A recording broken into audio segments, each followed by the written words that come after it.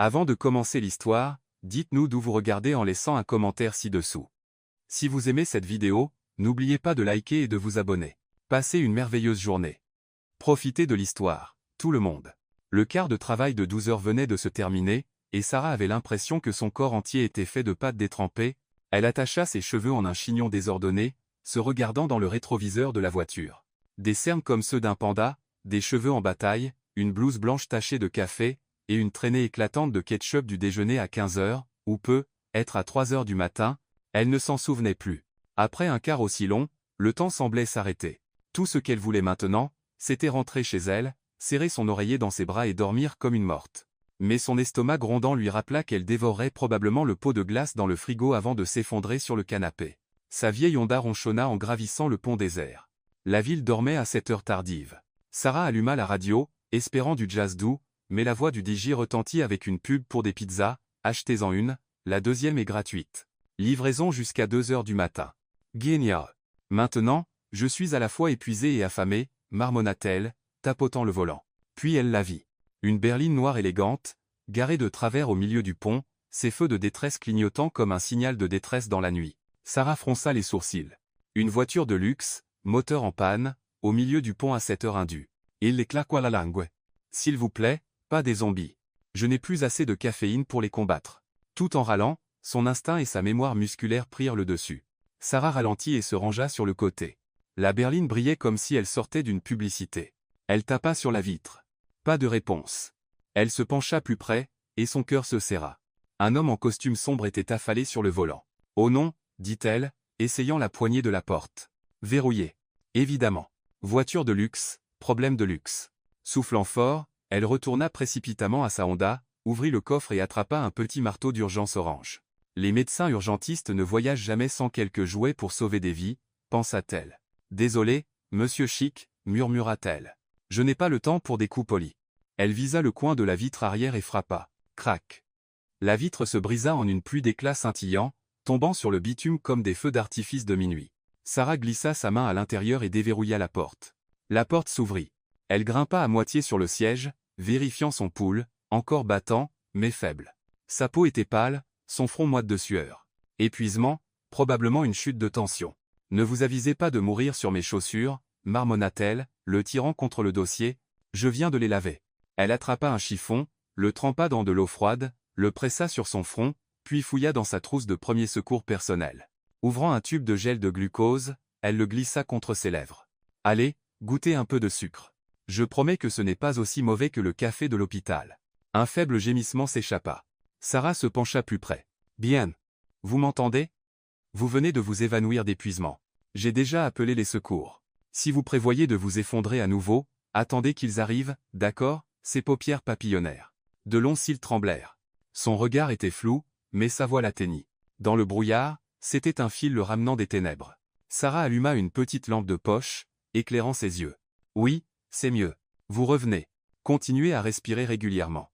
Si vous vous évanouissez encore, ne me blâmez pas si je vous emmène aux urgences et laisse une infirmière débutante s'entraîner à poser des perfusions sur vous. Le coin de ses lèvres tressaillit, réflexe ou esquisse de sourire, elle ne pouvait pas le dire. Les sirènes hurlaient au loin, puis se rapprochèrent, projetant des éclats rouges et bleus sur le pont. Sarah leur fit signe, expliquant rapidement ce qu'elle savait. Les ambulanciers le transférèrent sur une civière, effectuant leur propre vérification. Alors qu'ils se préparaient à l'emmener, Sarah recula, époussetant ses mains, déjà en train d'imaginer son lit et la glace qui l'attendait à la maison. Son travail ici était terminé. Elle se retourna pour partir, mais quelque chose la fit regarder en arrière. Ses yeux, plus clairs maintenant, étaient fixés sur elle, non paniqués, mais accrochés comme quelqu'un qui avait trouvé une ancre fragile dans la tempête. Sarah haussa les épaules. D'accord, étranger. J'ai fait ma part. Le reste dépend d'eux. Elle remonta dans sa Honda, démarra le moteur et s'éloigna. Elle n'avait aucune idée que l'homme qu'elle venait de sauver n'était pas un simple homme d'affaires. C'était James Carter, le milliardaire le plus notoire de la ville, celui que la presse surnommait le loup froid de Wall Street. La nuit était toujours silencieuse, mais ce pont venait d'être témoin du début d'une histoire que personne n'aurait pu prévoir. Le bip régulier du moniteur ramena James à la conscience. Ses paupières étaient lourdes, sa gorge desséchée. La lumière blanche crue de la chambre d'hôpital le fit plisser les yeux. L'odeur familière de l'antiseptique flottait partout. On est migraine à Pulsite. Il grimaça, s'enfonçant dans l'oreiller. Que s'était-il passé, bon sang? Puis il se souvint du pont, du cœur qui s'emballait, du corps qui lâchait, et d'une voix féminine, chaude avec une pointe de sarcasme. « Ne vous avisez pas de mourir sur mes chaussures, je viens de les laver. » James, qui n'avait jamais laissé personne lui parler ainsi, sentit le coin de sa bouche tressaillir. La porte s'ouvrit. Une infirmière entra, vérifia les machines et ajusta la poche de perfusion. « Monsieur Carter, le médecin sera là bientôt. Vous vous êtes évanoui d'épuisement et de manque de sommeil. Heureusement, quelqu'un vous a trouvé à temps. Où est cette personne ?» demanda James d'une voix rauque. L'infirmière sourit légèrement. « Elle est encore à l'hôpital, médecin urgentiste. Vous pourrez la remercier en personne. » James hocha la tête, se calant dans l'oreiller, les yeux fixés sur la porte. Quelques heures plus tard, l'hôpital bourdonnait d'activité. La presse avait déjà eu vent de l'histoire. Le PDG froid s'effondre sur un pont à minuit. Des photos de la berline de luxe abandonnée au milieu de la route se répandaient en ligne. Son assistant, un jeune homme aux cheveux gominés et un téléphone greffé à la main, arriva rapidement, tendu. « Monsieur Carter, les médias en font tout un plat. Ne vous inquiétez pas, je vais rédiger une déclaration. On dira que vous étiez juste déshydraté. » James haussa un sourcil mais ne dit rien. Les gros titres lui importaient peu. La seule chose qui comptait était de retrouver cette voix. Cet après-midi-là, le destin arriva plus vite qu'il ne l'avait prévu. Sarah entra dans la chambre d'hôpital avec un dossier en main, les cheveux toujours légèrement en désordre, une blouse blanche enfilée à la hâte après son quart. Elle allait passer, mais ses yeux s'arrêtèrent sur le patient spécial. Il était assis maintenant, les yeux alertes, en bien meilleure forme. Sarah s'arrêta, haussant un sourcil. « Alors, c'est vous qui détestez dormir, hein ?»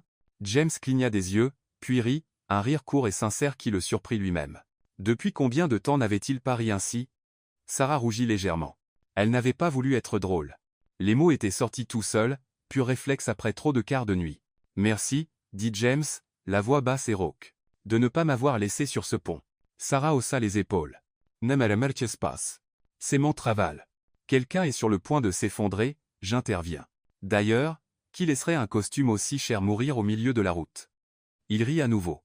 Sa franchise le frappa avant qu'il ne puisse ériger des barrières. « Honnêtement, vous êtes la première personne à me parler ainsi, » admit-il. Sans peur. Sans hésitation. « De quoi avoir peur ?» demanda Sarah sincèrement. James soutint son regard un instant de plus. Il ne le dit pas à voix haute, mais dans son esprit, la réponse résonna, « Parce que je suis James Carter, le nom que la moitié de cette ville craint. » Leur échange fut interrompu quand son assistant fit irruption. « Monsieur Carter, la conférence de presse. » James leva une main, le faisant taire. Il se tourna vers Sarah. « Je veux connaître votre nom. »« Sarah, Dr Thompson, » répondit-elle simplement. « Dr Thompson, si vous voulez être formel.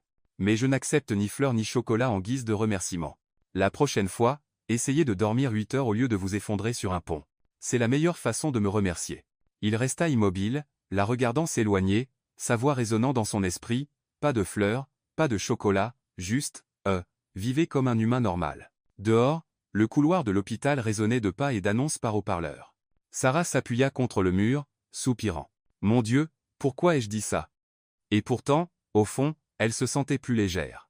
Il pouvait être milliardaire, PDG, ou quel que soit le titre que le monde lui donnait. Mais sous les lumières fluorescentes de l'hôpital, il n'était qu'un homme épuisé, impatient qu'elle avait ramené du bord du gouffre. Elle haussa les épaules et sourit légèrement. S'il voulait vraiment la remercier, eh bien, il pouvait commencer par dormir une nuit complète comme tout le monde. Les nouvelles de l'effondrement de James Carter sur le pont étaient encore brûlantes. Les gros titres affichaient des photos de la berline noire élégante. Le loup froid s'effondre. La plupart des articles imputaient cela au stress du travail. Certains y ajoutaient une touche d'excès d'alcool, mais personne ne savait vraiment ce qui s'était passé. Pendant ce temps, James s'en moquait. Ce qui occupait ses pensées bien davantage était la femme qui l'avait sauvé, Sarah Thompson. Dès sa sortie de l'hôpital, il fit envoyer par son assistant une invitation formelle. « Monsieur Carter invite cordialement le Dr Thompson à dîner au Whitmore Rooftop à 20 h ce soir en gratitude pour lui avoir sauvé la vie. » Sarah lut l'invitation et éclata de rire si fort que l'infirmière de garde à côté d'elle la regarda comme si elle avait perdu la tête. Elle répondit par un simple texto, « Je ne viens pas. Dîner sur un toit ne convient pas à quelqu'un qui s'est effondré par manque de sommeil. Allez vous coucher. » James lut le message, abasourdi. Personne n'avait jamais osé lui dire non, encore moins lui ordonner d'aller dormir. Au lieu de la colère, la curiosité s'éveilla. Ce soir-là, Sarah venait de terminer son quart, sa blouse blanche nouée autour de la taille, sortant de l'hôpital, lorsqu'elle aperçut une voiture noire familière garée au bord du trottoir. James était là, sans costume, sans cravate, juste une chemise blanche simple. « Que faites-vous ici? Demanda Sarah, fronçant les sourcils. Je vous attendais, répondit-il calmement. Je voulais vous remercier en personne et vous inviter à dîner. Vous n'avez pas compris? J'ai dit non, dit Sarah, croisant les bras. Je suis fatiguée, j'ai faim, et je ne suis pas d'humeur pour un toit scintillant avec des verres de vin. James inspira lentement. Alors donnez-moi une autre chance. Pas de toit, pas de vin, juste un dîner. Où vous voulez? Elle haussa un sourcil, à moitié agacé, à moitié amusé. Êtes-vous toujours habitué à faire aux gens ce que vous voulez? Peut être, admit-il sans hésiter. Mais ce soir, je veux juste dîner avec vous. N'importe où. À votre choix. Sarah resta silencieuse quelques secondes. La patience dans ses yeux, la façon dont il la regardait directement, l'adoucit un peu. D'accord. Soupira-t-elle.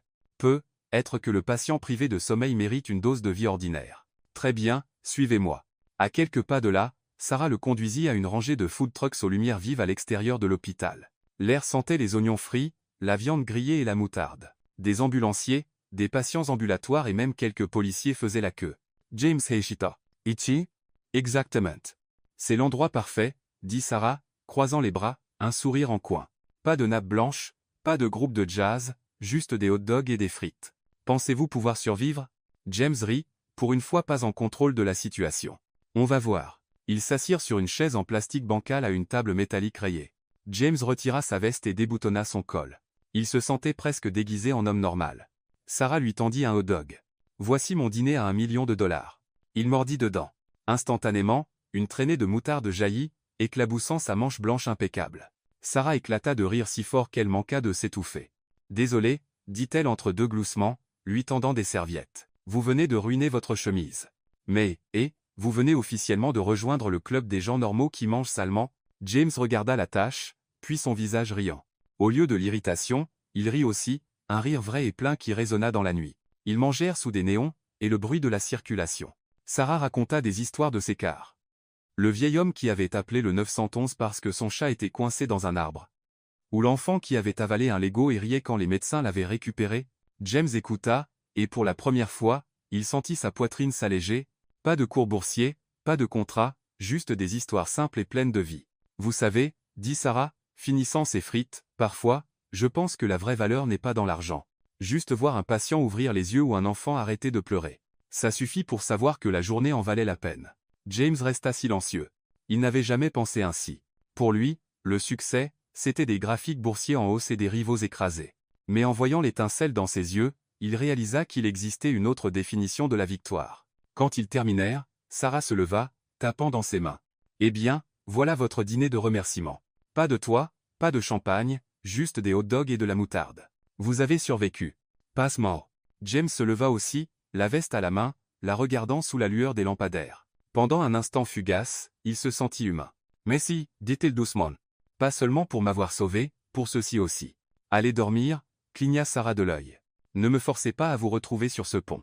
Cette nuit-là, James retourna dans son penthouse de luxe. Les murs de verre offraient une vue sur la ville scintillante, mais le silence n'était plus réconfortant. Il déboutonna sa manche, la légère tache de moutarde toujours là. Un rire lui échappa, résonnant dans un endroit habituellement rempli de rien d'autre que de silence. L'image de Sarah, cheveux en désordre, riant, tenant un hot dog, restait dans son esprit. Pas de champagne, pas de gastronomie, et pourtant c'était le dîner le plus mémorable de sa vie. Assis seul, James Carter, pour la première fois depuis des années, ne se sentait pas complètement seul. James vint à l'hôpital avec un objectif très ordinaire. Inviter Sarah à prendre un café, pas de toit, pas de vin, pas d'avion privé, juste un café, le langage qu'il soupçonnait être la langue maternelle des médecins de nuit. Il portait 2 gobelets d'un café du coin, avec des couvercles en papier, des éventails de vapeur et une odeur assez forte pour réveiller les morts. Debout au comptoir d'accueil, il se sentait étrangement déplacé. Cela faisait longtemps qu'il n'avait pas été dans un monde où la règle était « faites la queue d'abord, parlez de la vie ensuite ». Dans son monde, les gens faisaient la queue pour le voir.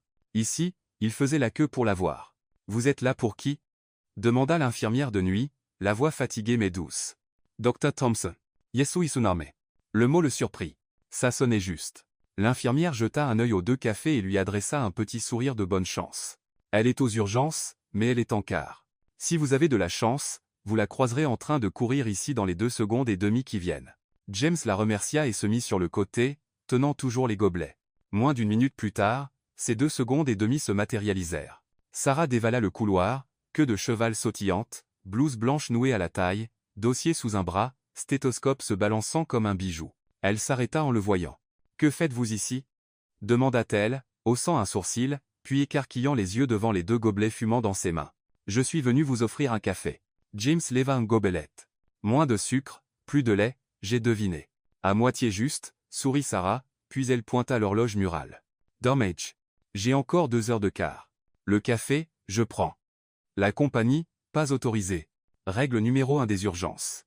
Pas de rendez-vous pendant le service. » « Je ne fais pas un rendez-vous, lâcha-t-il, puis ajouta rapidement, je veux dire, pas comme ça. » « Pas du tout. » Elle prit une gorgée, ses yeux se fermant un instant, comme si son âme venait de se recharger. « Rentrez chez vous.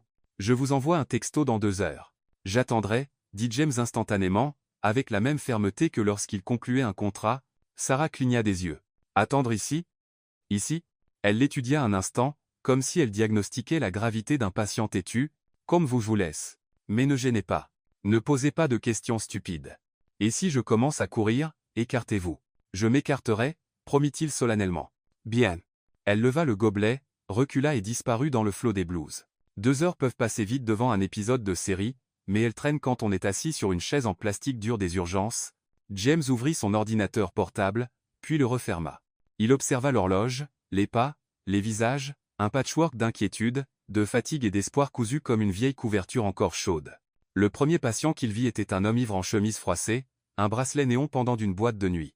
Il chantait une chanson country à tue-tête, la voix râpeuse comme du papier de verre. Sarah apparut avec une infirmière, son ton calme et ferme. « Grosse soirée, hein, monsieur ?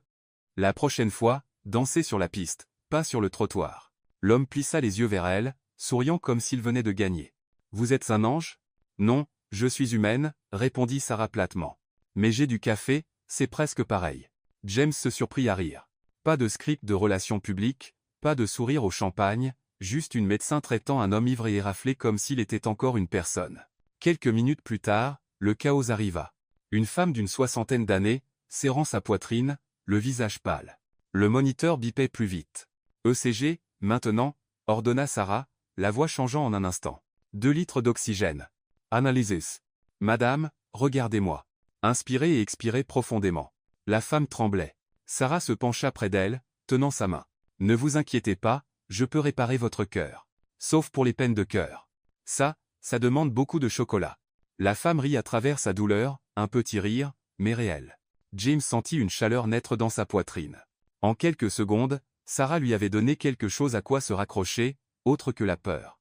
Les portes automatiques continuaient de s'ouvrir et de se fermer. Un adolescent avec un bras enflé à cause du skateboard, grognant comme si le monde lui devait quelque chose. « Ne le bougez pas, » dit Sarah, examinant sa radio. « Bonne nouvelle, vous skaterez à nouveau.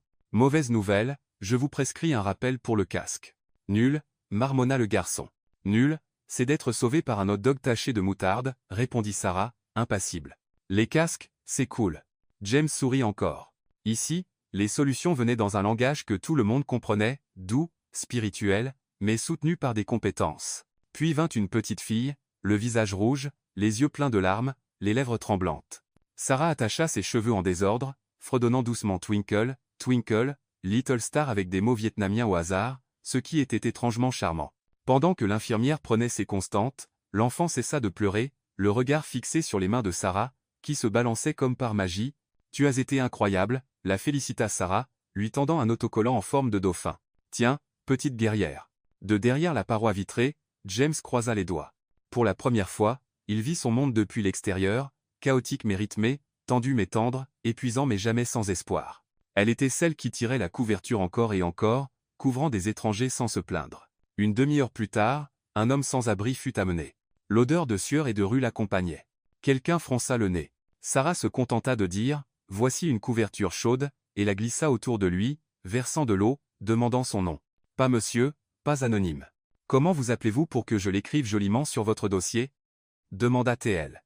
James vit la main rugueuse de l'homme trembler, stupéfait par le simple fait qu'on lui demande son nom. Tout le monde n'entend pas son nom tous les jours. Quelque chose se coinça dans la gorge de James. Sur ces tableurs, les gens étaient des lignes et des colonnes. Ici, les gens avaient des noms. Il jeta un œil à sa montre, encore 50 minutes. Il se leva, alla chercher de l'eau, puis revint sur la chaise dure. Son téléphone vibra avec un texto de son assistant. 9 heures demain. Réunion du conseil. Document envoyé. Il répondit OK et s'arrêta. Pour une fois, pas besoin de plus de mots. Sarah apparut à côté de lui, presque sortie de nulle part. J'ai encore du café. Une demi-tasse. James le leva. Vous êtes vide, mais je survivrai. Elle s'effondra sur la chaise, son corps fondant dedans. Vous êtes vraiment resté. Je vous ai dit que j'attendrais, dit-il simplement. Elle se tourna vers lui, les yeux fixes. Vous attendez le café ou pour voir si je trébuche sur quelqu'un? Pour vous. Sa voix ne trembla pas. Un instant de silence. Sarah s'éclaircit la gorge comme si elle avait avalé un bonbon de travers. Oh, oi, bien, merci. Elle se releva d'un bond. J'ai encore 40 minutes. Si vous vous ennuyez. Partez. Je ne vous noterai pas. Je reste, répondit-il, surprenant même lui-même par la fermeté de son ton. 2 autres cas passèrent. Une jeune femme arriva en pleine crise de panique. Sarah l'emmena à l'écart et lui apprit la respiration en carré, 4 temps pour inspirer, tenir 4 temps, expirer 4 temps, tenir 4 temps, comme monter de niveau dans un jeu vidéo, dit-elle. À chaque tour, votre cœur se calme. La femme la regarda comme si elle voyait la terre après avoir dérivé en mer. Un vieil homme avec des maux de tête chroniques, qui s'avéraient être causés par 7 tasses de café noir par jour. Sarah griffonna sur un papier. Protocole d'urgence de désintoxication au café. Jour 1, 6 tasses. L'homme resta bouche bée, puis éclata de rire. D'accord, doc. James la vit transformer les ordonnances en blagues et, d'une manière ou d'une autre, en confiance. Enfin, le haut-parleur tinta doucement. Fin du quart. Sarah retira ses gants, se lava les mains plus longtemps que d'habitude, comme si elle rinçait la nuit mais gardait le rire. Elle entra dans la salle d'attente, trouvant James debout, la posture raide, les chaises en plastique n'épargnaient personne. Vous êtes encore là, dit-elle, à moitié surprise, à moitié ravie. Je vous ai promis un café. Il tendit un gobelet en papier frais acheté au café de l'hôpital. Cette fois, la bonne commande. Moins de sucre, plus de lait, cannelle dessus, j'ai demandé à l'infirmière. Sarah rit, prenant le gobelet. Pas mal, homme d'affaires. Vous apprenez vite. On marche un peu? James fit un geste vers les portes coulissantes. Dehors, l'aube effleurait le ciel, la ville somnolente sous des lampes jaunes fatiguées et quelques voitures matinales. Ils sortirent sur les marches de l'hôpital. L'air frais de l'aube caressait leurs visages, les yeux lourds éclairés par des sourires silencieux. Sarah sirota son café, la chaleur glissant à travers ses doigts. Votre nuit était. James chercha. Folle. Hochati. Elle est. Mais j'adore ça. Ici, chaque jour est une chance de faire quelque chose de petit, poser une couverture, demander un nom, faire une blague. Assez de petites choses s'additionnent. Et parfois, elle sauve celui qui regarde, ajouta-t-il, son regard fixé sur elle. Sarah le regarda de côté, la voix douce comme un souffle. Vous êtes toujours le patient qui fuit le sommeil. Vous vous souvenez? Me souvenir? James sourit. Mais ce soir, j'ai appris à attendre.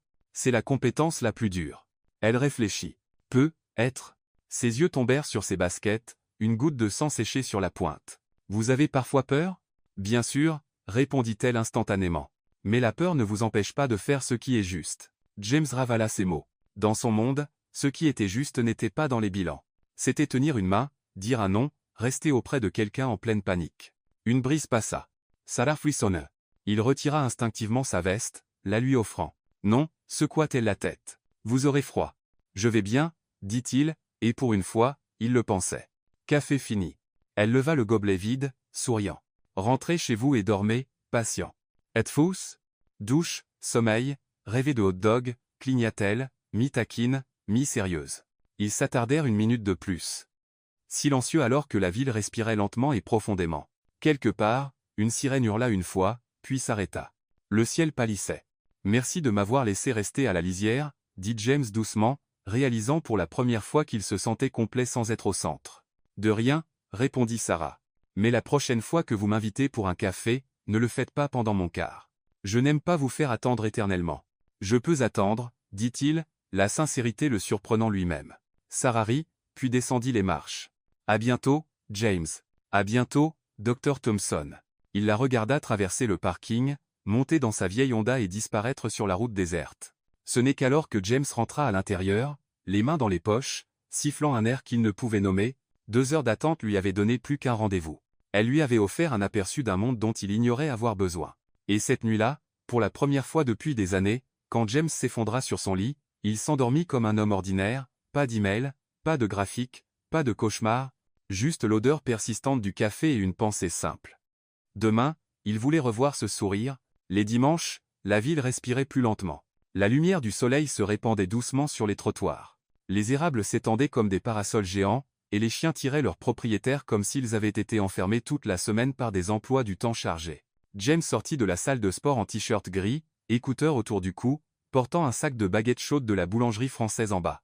Il parcourait mentalement sa liste de tâches, modeste avec 11 points, quand il aperçut une silhouette familière au coin de la rue. Sarah, queue de cheval haute, pull crème, jean bleu, les bras pleins d'un énorme bouquet de tournesol. Elle s'arrêta devant une boutique d'antiquités, regardant une horloge murale comme si elle pouvait lui murmurer sa propre histoire d'amour. James ralentit. Il ne savait pas s'il souriait parce qu'il la voyait ou parce que le dimanche avait soudain pris du contenu.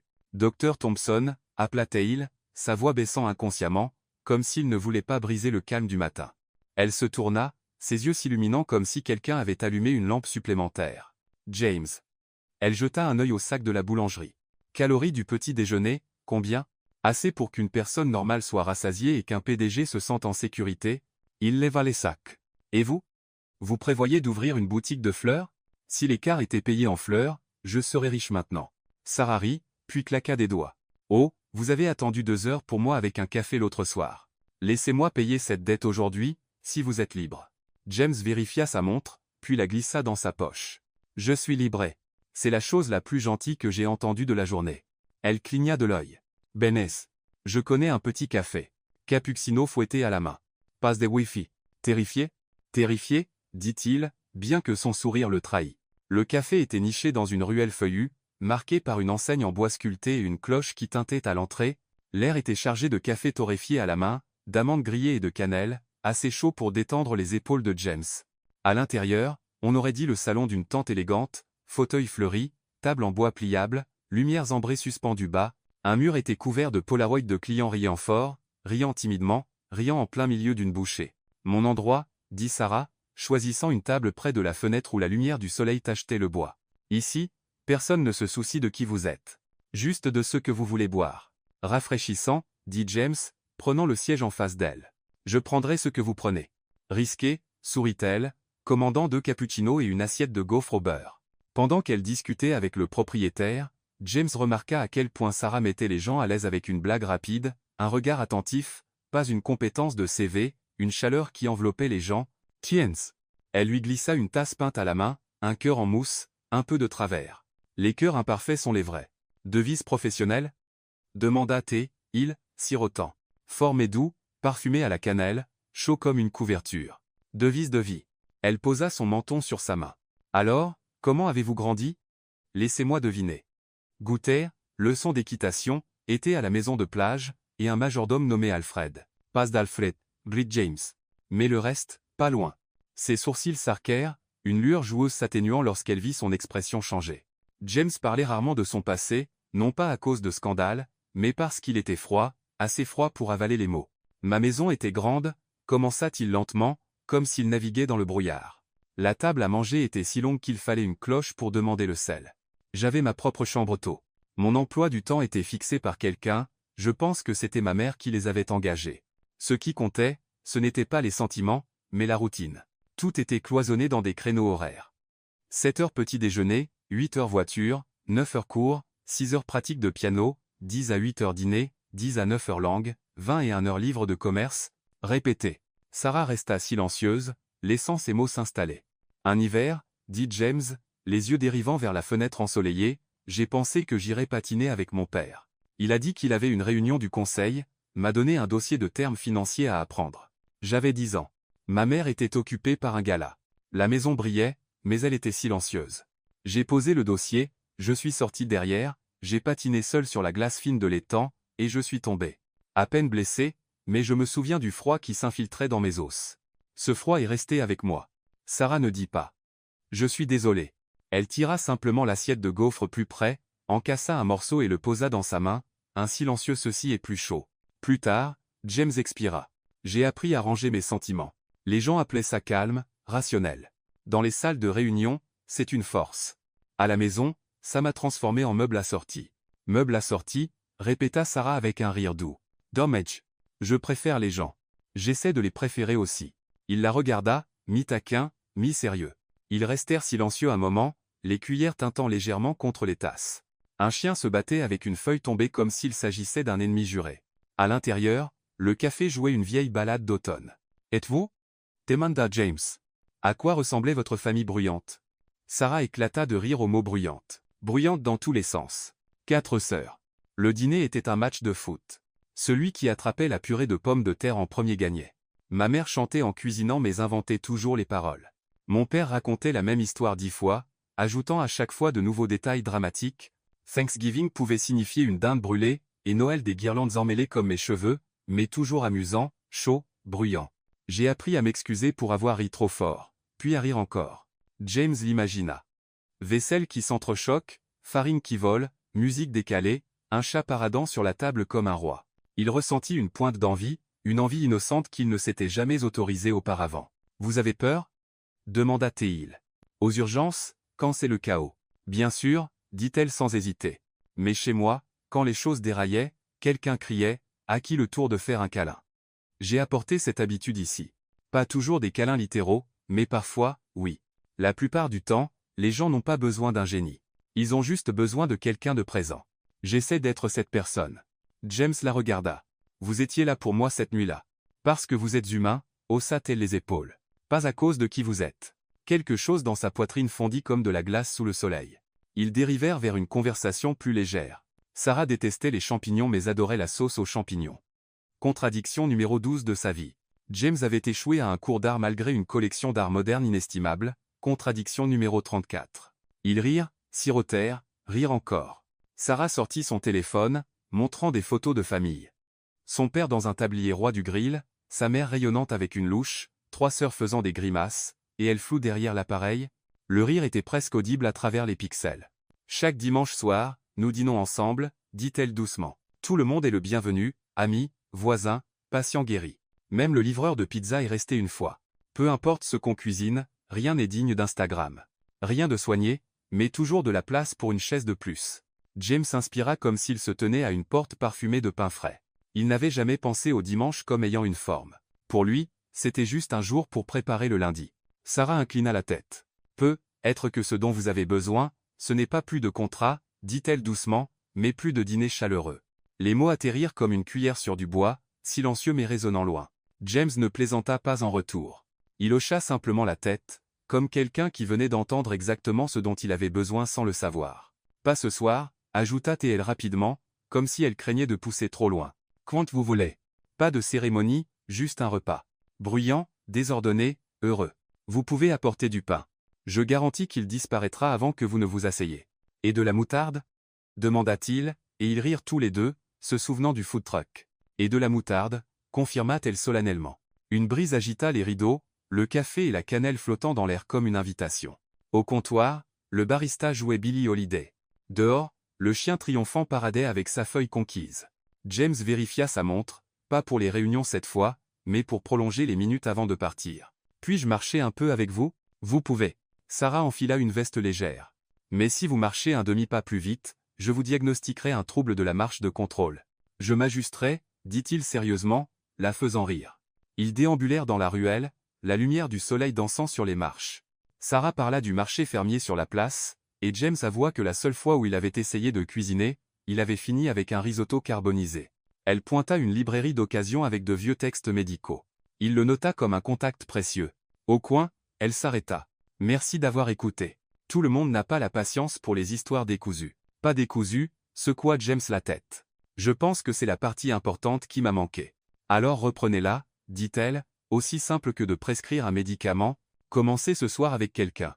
Pas d'antiquité, pas de mise en scène, juste une table, 3 plats simples, des voix. « Êtes-vous libre ce soir ?» demanda-t-il, puis ajouta rapidement, « Pas de toi. » Sarah sourit, secouant la tête. « Je suis de garde ce soir, mais dimanche prochain. »« Dimanche ?» Il répéta, goûtant le mot comme quelque chose de nouveau. « D'accord. » Ils entrechoquèrent leurs gobelets vides comme s'ils se serraient la main, puis se séparèrent. James s'attarda, la regardant disparaître dans la foule, une chaleur remplaçant le froid dans sa poitrine. En s'éloignant, il se demanda s'il pouvait rédiger un nouveau type de contrat, pas entre entreprises, mais entre 2 personnes. Un dîner chaleureux par semaine, condition, rire au moins 3 fois. raconter une histoire idiote, et faire la vaisselle ensemble. Cela, pensa-t-il, pourrait être le premier contrat de sa vie qu'il voulait signer sans avocat. Et cette fois, il savait qu'il avait fait le bon choix. Le dimanche soir, l'air était frais. La ville s'illuminait comme une scène. Sarah se tenait devant le miroir, examinant la robe empruntée à sa sœur. Ce n'était pas glamour, juste une robe noire simple avec un décolleté en vénette, l'ourlette effleurant ses chevilles. Elle prit une profonde inspiration. Ce n'était pas son monde, mais James l'avait invitée avec un ton qui n'admettait aucun refus, juste un gala de charité, pas de pression. Il arriva dans une limousine rutilante, son smoking taillé pour ses larges épaules, ses cheveux coiffés avec précision comme s'il sortait d'une couverture de magazine. Sarah taquina avec un sourire, on dirait James Bond en route pour les Oscars. James répondit doucement, une lueur de fierté dans les yeux, et vous êtes la raison pour laquelle j'y vais. Le hall de l'hôtel brillait de lustres en cristal, les sols de marbre scintillant sous les pieds, et un quatuor à cordes tissant des mélodies classiques dans l'air. Sarah tenait sa main, se sentant comme une étudiante qui s'était égarée dans un sommet international par erreur. Les robes à sequins scintillaient, les sourires étaient tranchants comme des lames, et chaque salutation était empreinte de calcul. James se transforma dès qu'ils franchirent le seuil. Elle le vit immédiatement, le masque familier, froid, composé, les yeux aiguisés comme des lames. Il serra des mains, hocha la tête, échangea des mots dans un langage de finance et de politique qui semblait une langue étrangère pour elle. Un associé aux cheveux argentés sourit. « James, j'ai entendu dire que vous aviez reçu des soins spéciaux aux urgences la semaine dernière. » La réponse de James fut glaciale. « Le travail passe toujours avant les futilités. » Sarah se figa. Cette nuit sur le pont où elle l'avait sauvé, était-ce aussi une futilité? Elle le suivit de groupe en groupe, un verre de champagne à la main, souriant poliment, mais à l'intérieur, l'écart grandissait. Ici, les conversations tournaient autour des affaires, des parts de marché et des chiffres. Personne ne demandait si quelqu'un avait bien dormi, ou s'il allait bien. Une femme en robe cramoisie se tourna vers Sarah, la jaugeant de la tête aux pieds avant de s'arrêter sur son simple bracelet en argent. « Et dans quel domaine travaillez-vous ?»« Médecine d'urgence », répondit Sarah simplement. « Oh !»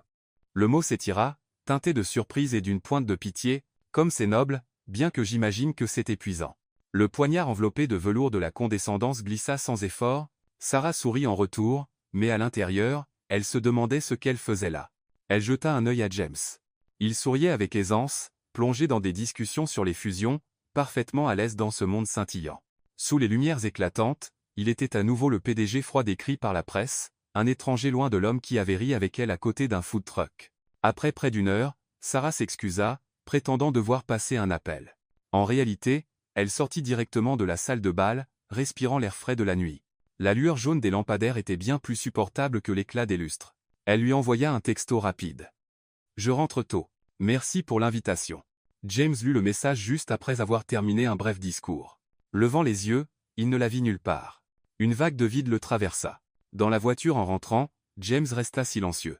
Les applaudissements, les éloges, les rires des collègues résonnaient encore dans ses oreilles, mais rien de tout cela n'importait. L'image qui le hantait était Sarah dans sa robe simple, son expression perdue parmi la foule scintillante. Il réalisa que la distance entre leur monde n'était pas une question de vêtements ou de statut, c'était une question de perspective. Pour Sarah, un sourire ou un souffle de vie sauvée valait plus que n'importe quel contrat commercial. Pour lui, il s'était trop longtemps noyé dans les chiffres sous un masque de froideur bien rodé. Le gala s'acheva dans des lumières éblouissantes, mais pour James, c'était un tournant sombre. Il comprit que s'il voulait se rapprocher de Sarah, il ne pouvait pas simplement l'attirer dans son monde. Il devait oser en sortir. Le lundi, la ville ne parlait que de la veille. Tabloïds, blogs d'affaires, et même Twitter explosait avec des gros titres, une médecin urgentiste au gala avec le milliardaire froid James Carter. Qui est la femme mystérieuse en robe noire simple? Des urgences au tapis rouge, la nouvelle romance du loup froid. Comme si cela ne suffisait pas, les paparazzis déterrèrent une photo volée de quelques jours plus tôt, Sarah et James à un food truck, lui essuyant de la moutarde sur sa chemise, elle riant sans retenue, la photo devint virale avec la légende. Le rendez-vous au doc du PDG milliardaire. Ce matin-là, Sarah entra aux urgences et n'avait même pas enlevé son manteau qu'elle entendit des rires d'un groupe d'infirmières. « Mon Dieu, notre star est arrivée. Dr Thompson, quand vous inscrivez-vous à une émission de rencontre? Je vote pour vous dans The Bachelorette. » L'une d'elles brandit un tabloïd avec Sarah en couverture, à côté de James. Sarah arracha le journal, fronçant les sourcils. « Sestreditsula. Je sauve des vies. Je ne passe pas d'audition pour The Bachelor. » Ses collègues éclatèrent de rire, mais le visage de Sarah rougit, un mélange de colère et d'embarras. Sur Twitter, le hashtag Docteur et PDG était en tendance. Certains posts étaient admiratifs. Enfin, James a trouvé son cœur. D'autres étaient venimeux. Évidemment, elle court après l'argent. Qui quitte les urgences pour s'asseoir à côté d'un milliardaire? Sarah fit défiler, le sang lui montant au visage. Elle avait envie de jeter son téléphone à travers la pièce. À midi, quand James appela pour prendre des nouvelles, Sarah le coupa. « Vous savez quoi? Je ne suis pas né pour être le personnage principal d'un cirque de hashtag. Je vais à un gala avec vous, et maintenant je suis une médecin croqueuse de diamants. Mes collègues me taquinent. Mes patients me dévisagent. Ce n'est pas ma vie. » James resta silencieux quelques secondes, sa voix basse et mesurée. « Sarah, je n'ai jamais voulu vous mettre sous les projecteurs. Mais une fois que vous entrez dans mon monde, l'opinion publique est toujours brutale. Alors je ne veux pas y entrer, rétorqua-t-elle. Je n'ai pas besoin des projecteurs. Je veux juste faire mon travail et boire un café après un quart sans être photographié. » Il y eut une longue pause, puis elle dit doucement, la voix tremblante, « Je vous ai sauvé parce que vous êtes humain, pas parce que vous êtes PDG. Mais maintenant, j'ai l'impression que le monde entier ne me voit qu'à travers votre objectif. » James serra le téléphone plus fort. Pour la première fois, il sentit le froid non pas d'une salle de réunion, mais de l'écart qui grandissait entre lui et elle. Les nouvelles, les hashtags, les murmures, tout cela balaya la vie de Sarah comme une tempête, et son seul instinct était d'éviter. Dans les jours qui suivirent, Sarah s'enterra dans ses quarts. Elle s'inscrivit pour des heures supplémentaires, se porta volontaire pour remplacer des collègues, et fit tout pour ne plus penser au PDG milliardaire. Son téléphone vibrait sans cesse, le nom de James Carter s'affichant à l'écran. Pourtant, elle appuyait doucement sur refuser à chaque fois. À l'hôpital, elle souriait toujours aux patients, plaisantait encore en posant des perfusions. « Ne vous inquiétez pas, je ne vais pas vous transformer en vampire. » Mais, à l'intérieur, le poids persistait. Elle ne voulait pas devenir un spectacle dans les tabloïds, encore moins la cible d'une étiquette de croqueuse de diamants.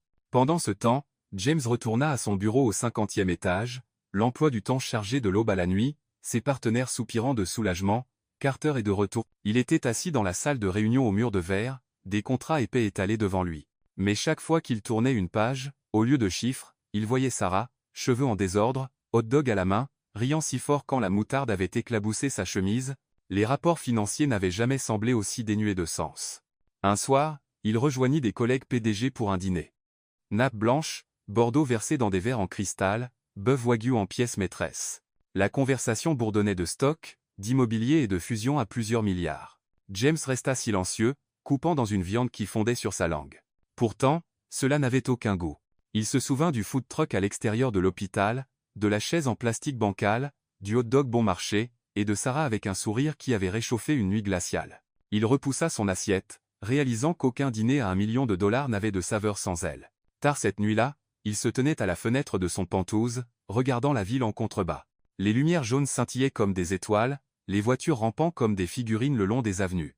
Autrefois, tout cela symbolisait le pouvoir. Maintenant, ça ressemblait à une peinture immobile, belle mais froide. Il tapota l'écran de son téléphone. Le nom de Sarah brillait toujours dans ses contacts. Il tapa 2 mots, « Tu me manques », puis les effaça. Il ne voulait pas s'imposer. Ne voulait pas la repousser plus loin. James Carter, l'homme qui pensait autrefois tout avoir, ressentit pour la première fois le vide de la richesse autour de lui. Et dans ce vide, il n'y avait qu'un visage qu'il voulait voir, une voix qu'il désirait entendre. Le dimanche, le cours de premier secours communautaire se tenait dans la salle paroissiale, mur blanc, panneaux d'affichage couverts de flyers. Collecte de manteaux pour les sans-abri, marché du week-end. Au milieu de la pièce, des mannequins d'entraînement étaient soigneusement alignés. Sarah, en t-shirt d'hôpital et queue de cheval, rangeait des bandages dans une boîte quand elle entendit des murmures à la porte. La classe se tourna. James était là. Pas de costume, pas de cravate, juste un t-shirt gris, un gant, et une grande trousse de premier secours à la main. Quelqu'un murmura. « Mon Dieu !» Le milliardaire froid sourit. Sarah haussa un sourcil. « Que faites-vous ici ? » « En retard pour le cours, dit-il, un peu hésitant. « Il reste de la place, professeur ? » « Oui, pour ceux qui se tiennent bien, » taquina-t-elle, puis à la classe. « Pas de photos ou de vidéos, s'il vous plaît. Respectez le cours. »« Ah James. Dernier rang. Regardez-moi, puis imitez. Compris. » Il leva la main comme un élève débutant. « Sarah tape dans ses mains. »« D'accord. Sauver des vies n'est pas aussi difficile qu'on le pense. La clé est de rester calme. Si quelqu'un s'effondre, appelez d'abord les secours. Ensuite, placez vos mains au centre de la poitrine et appuyez, régulièrement, un peu fort, au rythme d'une chanson rapide. Ne vous voûtez pas. Utilisez tout votre corps. » La pièce s'emplit du bruit sourd des ressorts dans les mannequins. James s'agenouilla, plaça correctement ses mains, appuya 1, 2, 3, un peu trop fort. Le mannequin craqua avec un bruit sec. Sarah se pencha, inclinant la tête. Passe mal. Vous pourriez sauver une vie, si vous ne cassez pas toutes les côtes avant. Les os guérissent, marmonna James. Les morts. Non. Il s'arrêta, réalisant à quel point cela sonnait brut. Exactement. La voix de Sarah s'adoucit. Mieux vaut avoir mal que silencieux. Ensuite, elle montra la position de récupération. James suivit, un peu maladroitement, manquant de faire rouler le mannequin hors du tapis. La classe éclata de rire. Sarah le rattrapa à temps et lui lança un regard. « Et, ne tuez pas mes mannequins. Je n'en ai que 4. » Désolé, leva-t-il les mains en signe de reddition, souriant avec les autres. Une heure passa rapidement avec des bandages, des poches de glace et des écharpes triangulaires, agrémentées de l'humour de Sarah pour faire baisser le rythme cardiaque. Un homme d'âge moyen serra une cheville enflée avec un avocat. Sarah répondit, impassible. « Alors arrêtez d'en faire du guacamole. Je vais la bander. » La salle est rougite. James rit aussi, son visage se détendant comme il ne l'avait pas fait depuis des années. Pendant le jeu de rôle, le groupe de James mit en scène un étranger s'effondrant dans la rue. Il appela le 911, vérifia les réponses, commença les compressions, la sueur perlant, mais ses mains étaient plus stables maintenant. Sarah croisa les bras, en mode professeur, hochant la tête en signe d'approbation sans lui donner la satisfaction d'un éloge. Quand la cloche finale sonna, la classe éclata en applaudissements. Un garçon de 12 ans tira sur la manche de James. « Monsieur, vous étiez plutôt cool. » Sa mère le tira en arrière. « Ne demande pas de photos. » Sarah intervint. « Pas de photos, mais il peut porter les chaises. »« J'y vais, » dit James, soulevant une pile comme s'il le faisait tous les jours. Le soir, le jardin de l'église était frais, les bavardages s'attardant alors que la classe se dispersait. James porta la boîte de matériel à la voiture de Sarah. Il lui ouvrit la porte, hésitant. « Laissez-moi vous ramener chez vous. »« Pas besoin. » Secoua Sarah la tête, serrant la boîte. « Je vais chez mes parents ce soir. »« Dimanche ?» demanda James, imaginant déjà la table bruyante, les lumières dorées, et l'odeur de la nourriture. Son pouls s'accéléra. « Vous avez dit que tout le monde pouvait venir ?» Sarah plissa les yeux. « Vous êtes sûr ? C'est bruyant, désordonné, pas de vin fin, pas de spectacle chic, et il y a un chien. Je peux faire la vaisselle, et je veux y aller. » Elle hésita, puis sourit. « D'accord, mais ne traitez pas ma mère de Madame la Présidente. Et quand mon père racontera une histoire pour la 10e fois, vous feriez mieux de rire comme si c'était nouveau. » Marché conclu. « Pas besoin d'avocat, » plaisanta TL, fermant le coffre. « Suivez-moi. » La maison de banlieue des Thompson était peinte d'un jaune doux, avec une balançoire sur le porche grinçant doucement et des guirlandes lumineuses enroulées autour des rampes. Sur la pelouse, des enfants se poursuivaient tandis qu'un Golden Retriever, Muffin, chargeait, aboyant des péages à la grille.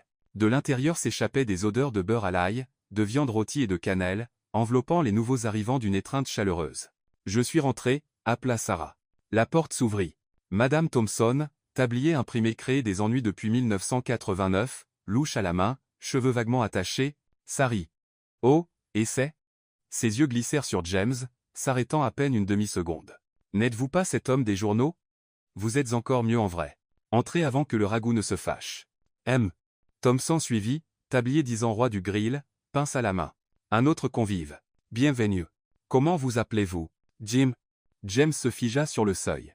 Il n'avait jamais été accueilli si simplement, pas de Monsieur Carter, pas de poignée de main calculée, juste entrée. Muffin renifla ses chaussures, approuva son entrée, puis bondit vers Sarah. « Ne sois pas jaloux. » Elle tapota la tête du chien. « C'est un ami. » Dans la cuisine, les 3 sœurs de Sarah créaient leur propre chaos. L'une chantait faux en hachant la salade, une autre salait la sauce, une autre berçait un bébé en agitant un hochet. James fut emporté dans le tourbillon comme un acteur lâché sur scène sans script. Madame Thompson lui fourra un torchon dans les mains sans demander. « Vous êtes trop grand, vous bloquez le placard. Déplacez-vous à gauche. » Bien. Maintenant, remuez ce ragoût dans le sens des aiguilles d'une montre, dans l'autre sens, et on se bat. Il obéit. Le ragoût bouillonnait, riche de bœuf, d'oignons et de carottes, un arôme qui tirait sur une idée oubliée de maison. M. Thompson s'approcha, lui tendant des pinces. Retournez ces brochettes uniformément. N'ayez pas peur de vous salir. La règle ici est, brûlez, vous mangez vous-même. Il éclata de rire. James rit aussi, maladroit mais apprenant vite. Quel est votre travail ? Demanda M. Thompson entre 2 retournements.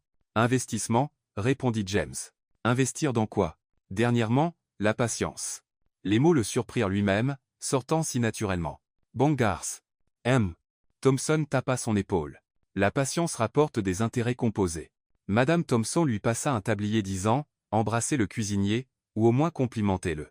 Toute la famille rit alors que James Carter, le célèbre loup froid, se tenait dans un tablier froissé, remuant consciencieusement le ragoût comme un chef débutant. Jim, appela une des sœurs, prenez le plateau de cuisson sur l'étagère à côté de la boîte d'épices secrète de maman. Mais n'ouvrez pas ça. Celui qui l'ouvre doit se marier. La pièce explosa de rire. Il trébucha sur le placard, faisant trembler la vaisselle. Sarah se précipita, les rattrapant. Tenez, laissez-moi. Elle était assez proche pour qu'ils perçoivent l'odeur légère de savon et de cannelle. Au milieu du chaos, ils s'arrêtèrent juste un instant de trop, une chaleur scintillant entre eux, le dîner défila comme une parade. Viande grillée, purée de pommes de terre, salade de maïs, pain chaud. Sarah pointa, taquinant, le pain que vous avez apporté, non? Faisons semblant, et le ragoût légendaire. Main jointe, la famille Thompson rendit ses remerciements traditionnels. Merci à celui qui a sorti les poubelles. Merci parce que Muffin n'a pas volé de nourriture.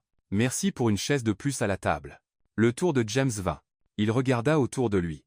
Lumière dorée, rire qui se chevauchait, enfants volant des cuillères, Madame Thompson chantant les mauvaises paroles, M. Thompson lançant l'histoire du grill qui explose.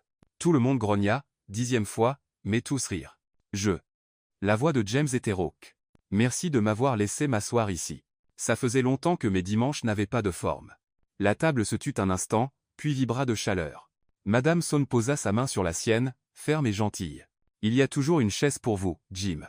Les repas commencent. James mangea plus vite que d'habitude, non par faim, mais parce que c'était délicieux. Il rit quand Muffin posa son menton sur ses genoux, quémandant. Il servit de la salade à Madame Thompson, versa de l'eau pour M. Thompson, et réclama la brochette brûlée selon la loi de la maison. Son téléphone vibra avec des emails et des alertes du conseil. Il le glissa face cachée, le poussant hors de portée, comme s'il repoussait une vieille version de lui-même. Ensuite, personne ne demanda qui était de corvée de vaisselle. Tout le monde se leva simplement. James retroussa ses manches, noua le tablier, et prit sa place à l'évier. Sarah lava, il rinça, des bulles de savon s'élevant comme de petits nuages. Je vous ai dit que j'apportais 2 mains pour la vaisselle, murmura-t-il. Et je le reconnais, répondit Sarah doucement. Ils ne se regardèrent pas, mais leur sourire s'accordait. M. Thompson passa, tapotant l'épaule de James. La semaine prochaine, venez tôt. Je vous apprendrai ma recette de sauce pour le grill. Le secret, c'est qu'il n'y a pas de secret. Notez, dit James solennellement, comme s'il prenait des notes de réunion. Madame Thompson lui tendit un paquet de papier brun de tarte aux pommes pour les fins de minuit. Et n'oubliez pas de dormir, d'accord. M. Thompson lui glissa un petit pot de cannelle pour la chaleur. Mais ne videz pas tout. Tout le monde rit.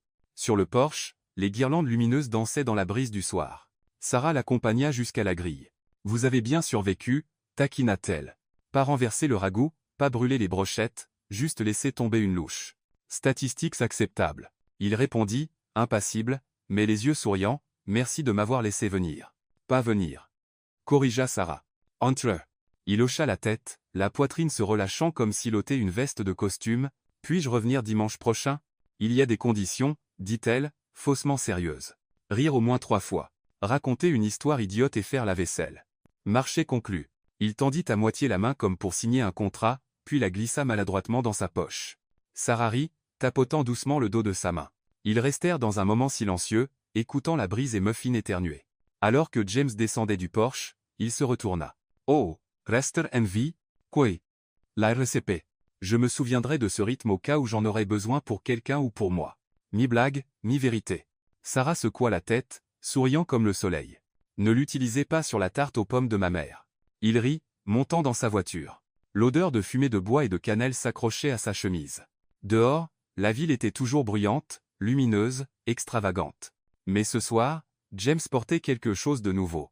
L'éclat d'un dîner chaleureux, les rires se mêlant au cliquetis de la vaisselle, et un sentiment frais que lorsque le monde devenait froid, il savait maintenant comment retrouver la chaleur. En conduisant, il siffla au rythme de Stayin' Alive, souriant à cette pensée. Apparemment, apprendre à être ordinaire commence par attendre 2 heures, pousser des compressions au bon rythme, et laver la vaisselle dans une cuisine bruyante. Et il était prêt à continuer d'apprendre. La salle de presse ce matin-là était bondée. Les flashs crépitaient sans arrêt, les reporters bourdonnant comme une ruche en folie. Sur scène, James Carter se tenait droit dans un costume bleu marine parfaitement coupé, mais son expression n'était pas le masque froid qu'il portait habituellement. Ses yeux étaient brillants, stables. Une journaliste tendit un micro. « Monsieur Carter, Il y a eu beaucoup de rumeurs sur votre relation avec le docteur Sarah Thompson. Pouvez-vous les confirmer? La salle retint son souffle. C'était le moment que le public attendait. James prit une profonde inspiration, puis sourit, un vrai sourire. Oui, dit-il clairement. C'est elle qui m'a sauvé, pas seulement de la mort sur ce pont cette nuit-là, mais de l'homme froid que j'étais. Des murmures parcoururent la foule. Les flashs s'intensifièrent. Il continua, la voix profonde et résolue. Sarah n'est jamais venue à moi pour l'argent, la gloire ou le pouvoir. Elle s'est arrêtée au milieu de la nuit sur un pont désert simplement parce qu'elle a vu quelqu'un dans le besoin. Et à partir de ce moment, j'ai su que je ne pouvais plus voir la vie de la même manière. Il marqua une pause, son regard se fixant droit dans les objectifs comme s'il brisait chaque mur de rumeur. Je veux être avec elle, que ce soit dans une ambulance, à un food truck miteux, à un gala scintillant, ou à la table bruyante de sa famille. C'est là que je me suis trouvé et où j'ai trouvé le bonheur. Le silence tomba, puis lentement, les applaudissements se répandirent dans la salle. Quelques reporters baissèrent leurs caméras, souriant. Les claps s'amplifièrent, roulant à travers la salle. James releva la tête, mais à l'intérieur, il n'avait qu'un souhait. Que Sarah entende ces mots, y croie, et sache qu'il n'avait plus peur d'exprimer ses sentiments à voix haute. 12 heures de quart consécutifs avaient laissé les paupières de Sarah lourdes comme des sacs de sable. Elle retira ses gants et plia sa blouse blanche dans son sac. Dans le couloir, les chaussures des infirmières claquaient sur le sol. Les alarmes hurlaient, mais son quart était enfin terminé. Un pas à travers les portes de l'hôpital, et elle respirait à nouveau l'air libre. Et il était là, attendant. James, pas en costume, pas avec le masque froid, juste lui dans un manteau sombre, tenant 2 gobelets de café fumant. « Que faites-vous ici » Sarah haussa un sourcil, mais le coin de sa bouche trahit une courbe. « Je viens vous chercher. » Il tendit le gobelet. Moins de sucre, plus de lait avec de la cannelle. Comme vous l'aimez. Elle accepta, surprise de voir à quel point cela correspondait parfaitement à son goût. Vous vous en êtes souvenu. Je me souviens de tout, dit-il doucement. Ils marchèrent côte à côte dans la rue vers le centre-ville. Sans l'avoir prévu, ils s'arrêtèrent sur le pont, l'endroit exact où tout avait commencé. Le vent nocturne soufflait froid. La rivière scintillait d'argent. Sarah frissonna légèrement, serrant son café pour se réchauffer. James regarda la rambarde, se souvenant de la nuit où il s'était effondré. Son cœur battait plus vite maintenant, non pas de faiblesse, mais de ce qu'il s'apprêtait à dire. Cette nuit-là, j'étais perdu. Si vous ne vous étiez pas arrêté, je ne saurais être pas là. Mais la vérité, c'est que vous ne m'avez pas seulement sauvé de la mort. Vous m'avez sauvé de la coquille froide derrière laquelle je me cachais. Sarah se tourna vers lui, prête à parler, mais il s'approcha, ses yeux éclairés sous les lampes du pont. Cette fois, je ne m'effondre pas. J'attends pour vous, vraiment attendre. Laissez-moi être à vos côtés, que ce soit dans une ambulance, à un food truck, ou à un dîner bruyant du dimanche. Où que vous soyez, c'est chez moi. Le vent passa, portant la chaleur du gobelet de café. Sarah le regarda, son cœur douloureux de la manière la plus douce. La pression et les rumeurs semblaient s'estomper. Elle rit doucement, secouant la tête. Vous êtes vraiment le patient le plus têtu et privé de sommeil que j'ai jamais eu. Et le seul patient qui veut rester avec sa doctoresse, répondit-il, les yeux ne quittant jamais les siens. Ils restèrent silencieux un moment, seul le clapotis de la rivière remplissant l'air.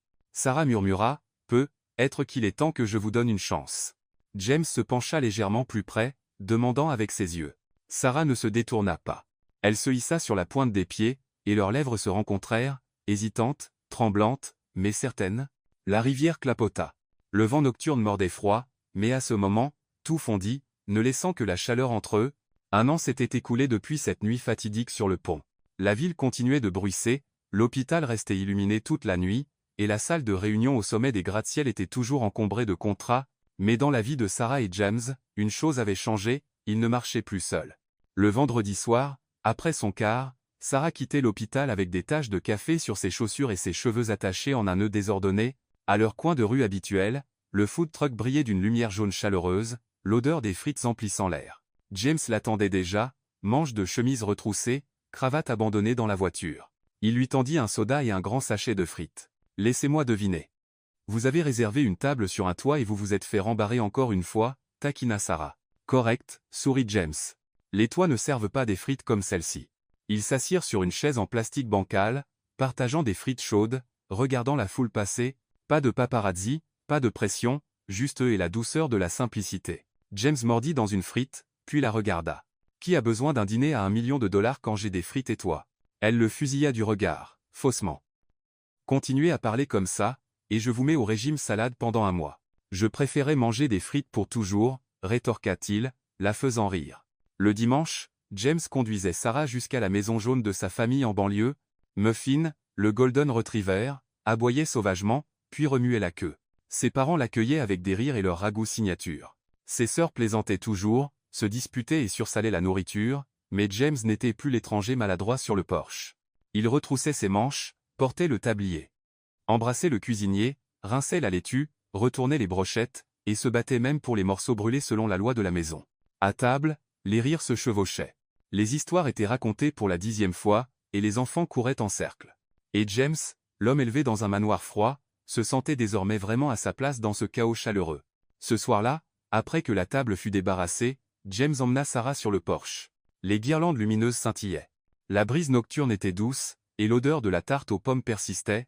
Sa main tremblait légèrement en tenant la sienne, mais son regard était ferme. « Sarah, tu m'as conduit de ce pont sombre à cette table chaleureuse. Tu m'as fait rire. Tu m'as fait croire aux petites choses. Et maintenant, je sais que je ne veux plus être juste un invité du dimanche. » De sa poche, il sortit une petite boîte en velours. À l'intérieur, une bague simple brillait sous la lumière dorée. « Veux-tu m'épouser? Je te promets, que ce soit dans une ambulance, à un food truck, ou dans cette cuisine bruyante, je serai toujours celui qui fera la vaisselle avec toi. » Sarah couvrit sa bouche, les yeux brillants. Puis elle éclata de rire à travers ses larmes. « Tu me demandes en mariage avec un vœu de vaisselle? » « Oui, » sourit James. « Parce que c'est l'engagement le plus important. » Sarah tendit la main pour la bague. « Je dis oui. » Muffin aboya bruyamment son approbation tandis que de l'intérieur s'élevait un chœur de houx. La famille avait clairement écouté aux portes. Quelques mois plus tard, dans le jardin rempli de tournesols de ses parents, ils se marièrent. Pas d'invités glamour, pas de feu d'artifice, juste la famille, les amis et les rires. Sarah portait une robe blanche simple, les cheveux attachés bas, tenant un bouquet de fleurs sauvages. James portait un smoking sans cravate, les yeux ne quittant jamais les siens. Quand le pasteur demanda « Le voulez-vous » James répondit immédiatement « Oui ».